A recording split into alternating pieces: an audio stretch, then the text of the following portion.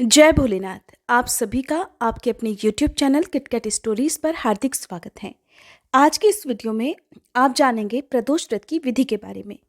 प्रदोष व्रत कब से शुरू करने चाहिए, कितने और कैसे करने चाहिए, क्या खाना चाहिए क्या नहीं खाना चाहिए, प्रदोष व्रत में पूजा कब और कैसे करनी चाहिए, प्रदोष काल का समय क्या होता है। साथ ही आप जानेंगे प्रदोष व्रत के महत्व के बारे में।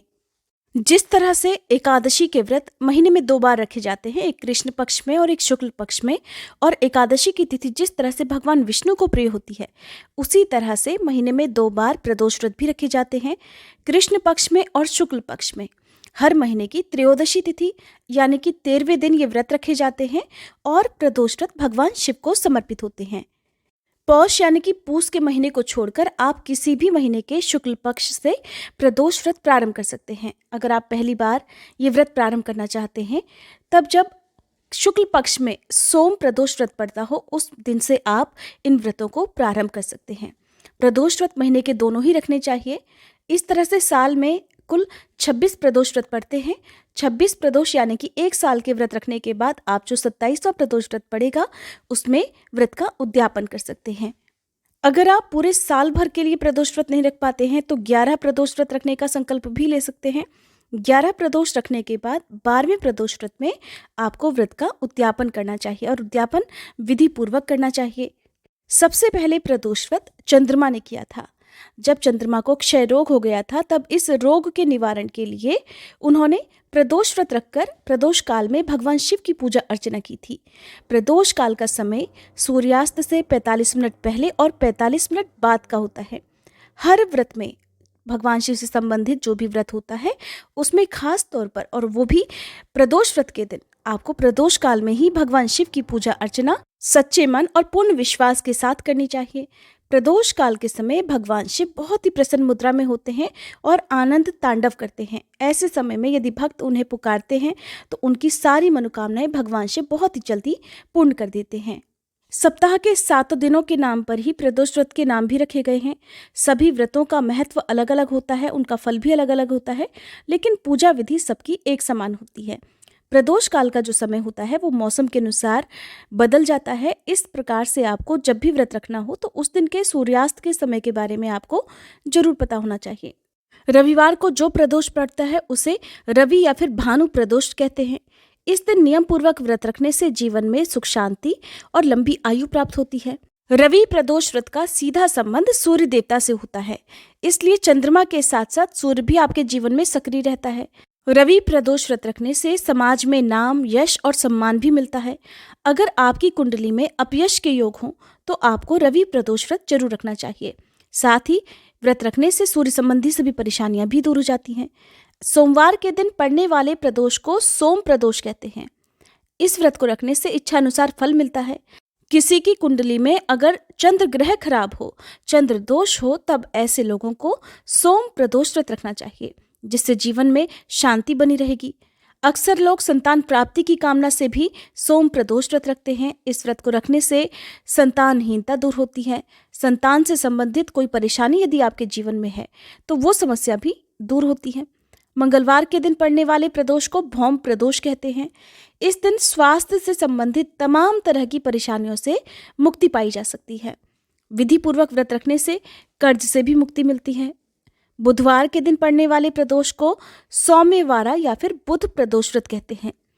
इस व्रत को शिक्षा और ज्ञान प्राप्ति के लिए किया जाता है, और जो भी मनोकामना हो उसे मन में लेकर आप यदि इस व्रत को रखते हैं, तो वो मनोकामना भी आपकी भगवान शिव पूरी करते हैं।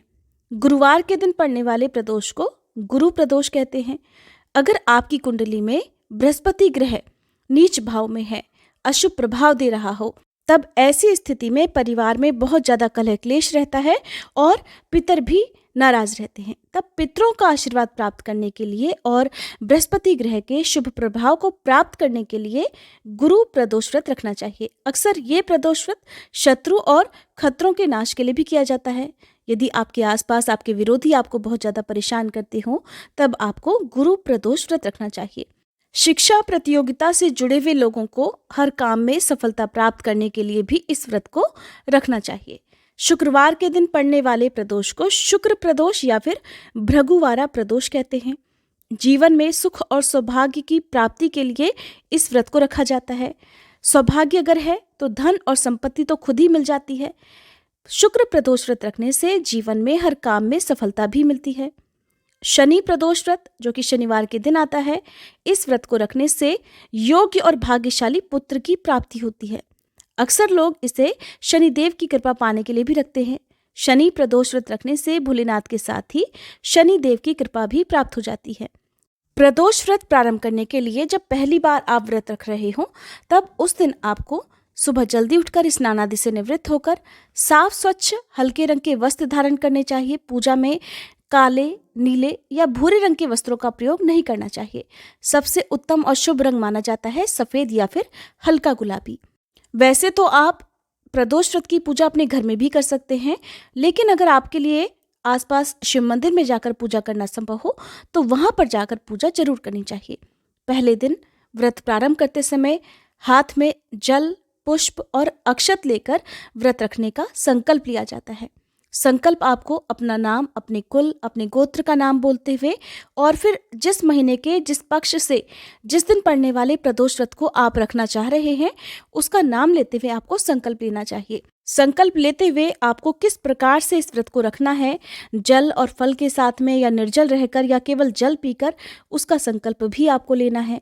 पहले व्रत में आप जो नियम अपना लेते हैं, फिर सभी व्रतों में उन्हीं नियमों का पालन आपको करना होता है। प्रदोष व्रत में जहाँ तक हो सके नमक का सेवन करने से बचना चाहिए। इस व्रत में केवल मीठा भोजन ही किया जाता है।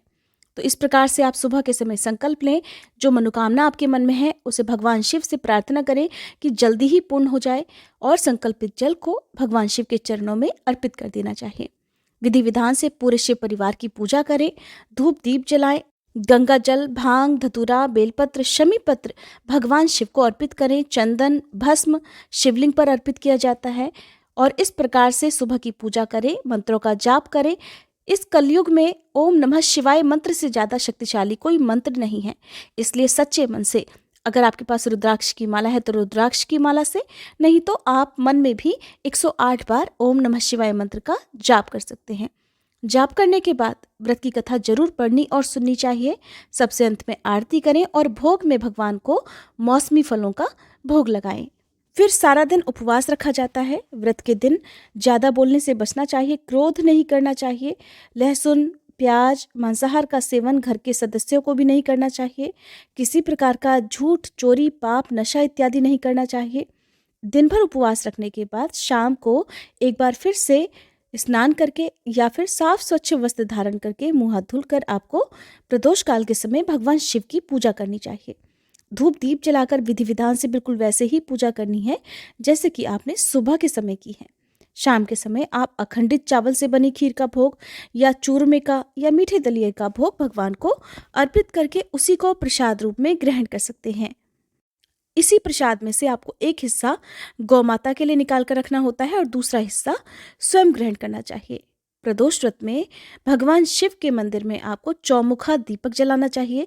आटे का दीपक जलाकर यदि पूजा की जाए तो कहते हैं जो मनोकामना आपने भगवान शिव से मांगी है पूर्ण होने के लिए, वो बहुत जल्दी पूर्ण हो जाती है। कई बार ऐसा भी होता है कि प्रदोष काल के समय आप घर पर ना हो, बाहर कहीं हो, काम के सिलसिले में आप बाहर हो, उस समय आप पूजा नहीं कर पाएँ, तो प्रदोष काल का समय यदि आपको पता है तो उस समय आप मानसिक पूजा यानी कि मन ही मन भगवान शिव को प्रणाम कर, मन से भावों को देते हुए धूप दीप जलाकर मन में ही आप मंत्रों का जाप करके मानसिक पूजा भी कर सकते हैं और भगवान से क्षमा याचना कर सकते हैं कि आप प्रदोष काल के समय भगवान शिव की पूजा नहीं कर पा रहे हैं, इसके लिए भोलेनाथ आपको क्षमा करें। उसके बाद जब भी आपके पास समय हो, प्रदोष काल यदि बीत भी जाता है, तब आप विधि विधान से पूजा करके अपना उपवास खोल सकते हैं।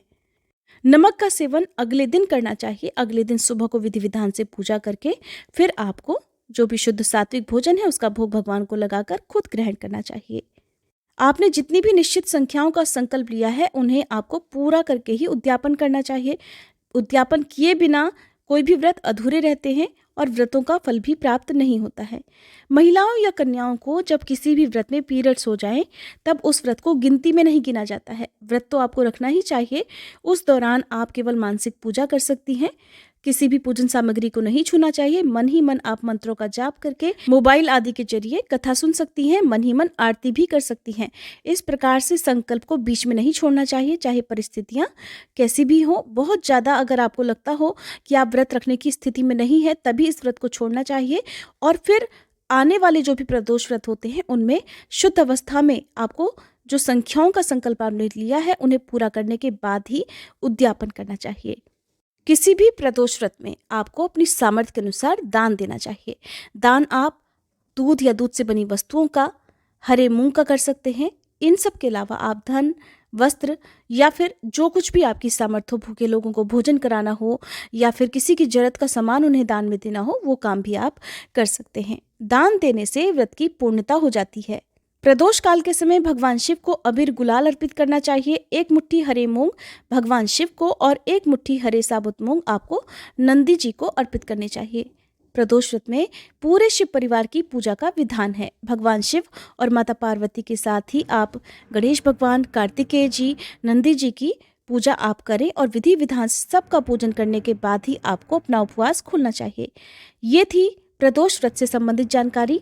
आज की ये वीडियो आपको कैसी लगी, हो सके तो वीडियो को लाइक करके कमेंट बॉक्स में जरूर बताइएगा। हमारे इस चैनल पर महीने के दोनों प्रदोष व्रतों की संपूर्ण पूजा विधि, व्रत कथा और प्रदोष काल की जानकारी दी जाती है। अगर आपको ये जानकारी पसंद आई हो तो हमारे चैनल को सब्सक्राइब करके आप आने वाली वीडियोस को जरूर देखिएगा।